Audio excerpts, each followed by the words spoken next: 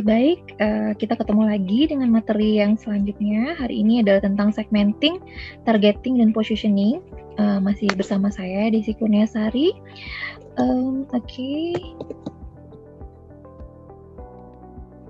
Nah, maaf ya, di sini kita lihat ke pengertian segmentasi atau segmenting tadi adalah suatu proses membagi pasar ke dalam sekelompok pelanggan yang memiliki perilaku yang sama atau memiliki kebutuhan yang sama. Jadi proses pengelompokan pasar ya, dan menjadi dari kelompok pelanggan yang tadinya kelihatannya beragam, itu kita cari kesamaan mereka sehingga kita bisa mengelompokkan mereka berdasarkan kesamaan yang mereka punya. Itu intinya segmentasi ya. Nah ini contohnya ilustrasinya. Jadi kita lihat di sini sepertinya mereka itu sebelum segmentasi itu sama aja semuanya ya. Lalu kita lihat lebih dekat lagi. Apa iya mereka sama semua? Ternyata tidak gitu. Kita lihat lagi, ternyata mereka bisa dikelompokkan ya. Nah, pengelompokan ini bisa jadi yang sederhana mungkin berdasarkan usia kah atau jenis kelamin. Nah, itu yang kita jadikan seperti warna-warna ini adalah membuat mereka yang tadinya seperti serupa di sini kita lihat lebih dekat lagi, kita cari lagi kesamaan mereka sehingga kita kemudian mengelompokkan mereka menjadi adanya suatu kebutuhan dan kesamaan yang lebih dekat di antara mereka, gitu ya. Jadi ada di sini apa kebutuhan yang sama dari mereka itu dan apa yang betul-betul membuat mereka sama berdasarkan kriteria tertentu sehingga kita bisa membuat pengelompokan lain dari segmen dari masyarakat yang sepertinya kelihatannya sama saja itu gitu. Jadi kita harus melihatnya lebih dekat lagi. Nah, itu kita akan lihat lebih lanjut sebenarnya bagaimana maksudnya lagi, bagaimana cara mengelompokkan itu. Oke. Nah, ini cara pengelompokan itu yang pertama adalah dari sisi geografik ya. Jadi geografik ini adalah berdasarkan lokasi daerah di mana mereka berada. Misalnya ada yang Jawa, ada yang di luar Jawa, ada yang mungkin di Asia, ada yang di Western atau di luar negeri atau di Eropa misalnya. Nah, itu kan mereka akan berbeda. Bukan hanya dari sisi warna kulit, tapi bagaimana mereka merespon sesuatu. Misalnya iklan untuk produk bedak saja. Produk bedak, orang yang berada di tropis yang kulitnya gelap, tentu dia akan ingin produk yang mungkin yang sesuai dengan warna kulit yang gelap gitu ya, atau ingin memutihkan kulitnya.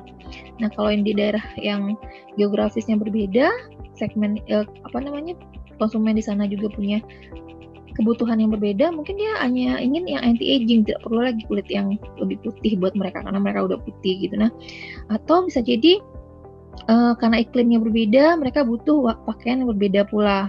Misalnya ada daerah yang 4 musim, nah tentu pakaiannya akan berbeda. Kebutuhan dalam memilih bahannya, ada yang ketika dia cuaca panas misalnya, dia ingin pakaian yang lebih tipis misalnya, sementara kalau di kita kan cuacanya panas terus ya mungkin akan lebih stabil gitu. Nah, seperti itu. Jadi secara geografis lokasinya di mana itu akan ada kesamaan dari kebutuhan ya.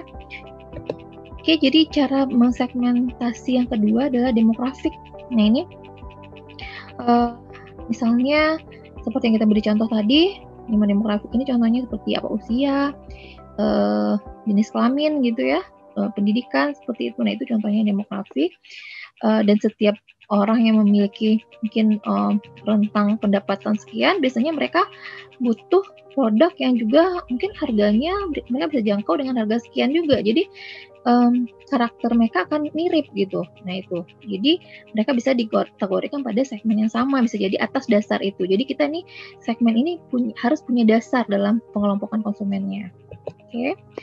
Lalu psikografik. Nah, psikografik ini kita akan bahas lebih lanjut belakangan ya.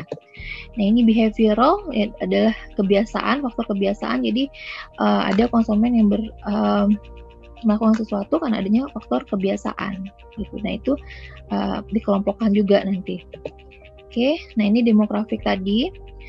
Ada usia, life stage, tingkat di mana mereka berada dalam kehidupan, apakah mereka dalam masa pengenalan jati diri kah, masa bergaul kah atau masa baru menikah kah. Nah, itu akan berbeda dari sisi kebutuhan. Kemudian gender atau jenis kelamin, and income juga bisa dijadikan pengelompokan. Kemudian generation, ada X, Y, Z ya. Jadi kita milenial, mungkin ada yang generasi lain yang di luar milenial, itu akan berbeda. Kemudian social class, ada yang social classnya tinggi dan rendah, itu kan beda dari sisi keinginan mereka untuk mengkonsumsi produk. Oke.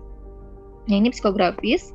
Jadi psikografis itu adalah segmentasi yang menggambarkan grafik faktor-faktor psikologis psiko yang membentuk konsumen, itu menurut Moen ya. Jadi itu dasarnya ada beberapa indikator yang digunakan untuk mengukurnya. Di antaranya aktivitas, minat, dan opini. Jadi ini lebih arahnya nanti ke lifestyle atau gaya hidup ya. Jadi masing-masing konsumen itu ada yang bisa dikelompokkan berdasarkan gaya hidup tertentu. Nah, itu dikatakan psikografis di sini. Jadi bagaimana mereka hidup, bagaimana mereka bekerja, bagaimana olahraga yang mereka pilih misalnya. Nah, itu adalah dasar dalam pengelompokan konsumen juga, karena nanti kan beda kebutuhannya. Yang kelompok yang senang olahraga misalnya, mereka apa kebutuhannya, mungkin akan perangkat atau peralatan olahraga misalnya ya. Nah, itu contohnya. Kemudian ini kita harus perhatikan apa kesempatan serta ide-ide yang akan kita bisa cari dengan adanya segmentasi tadi. Jadi ketika kita sudah tahu dengan mereka, siapa yang mereka ingin kita tuju, nah kemudian kita cari apa kebutuhan mereka dan bagaimana membuat sebuah produk yang sesuai dengan kebutuhan mereka tersebut.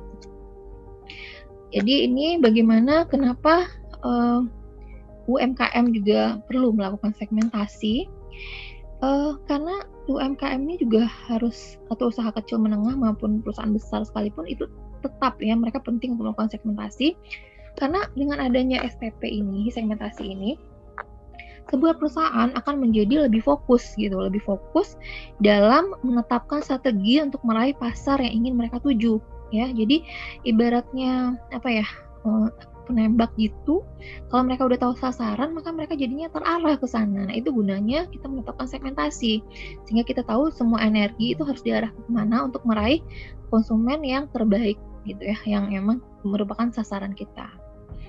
Oke, ini contohnya, misalnya konsumen anak muda kita bisa bedakan, maka berdasarkan pembedaan itu bisa jadi di desain juga, misalnya berbagai rasa kah, dari mulai kemasannya juga, kemudian dari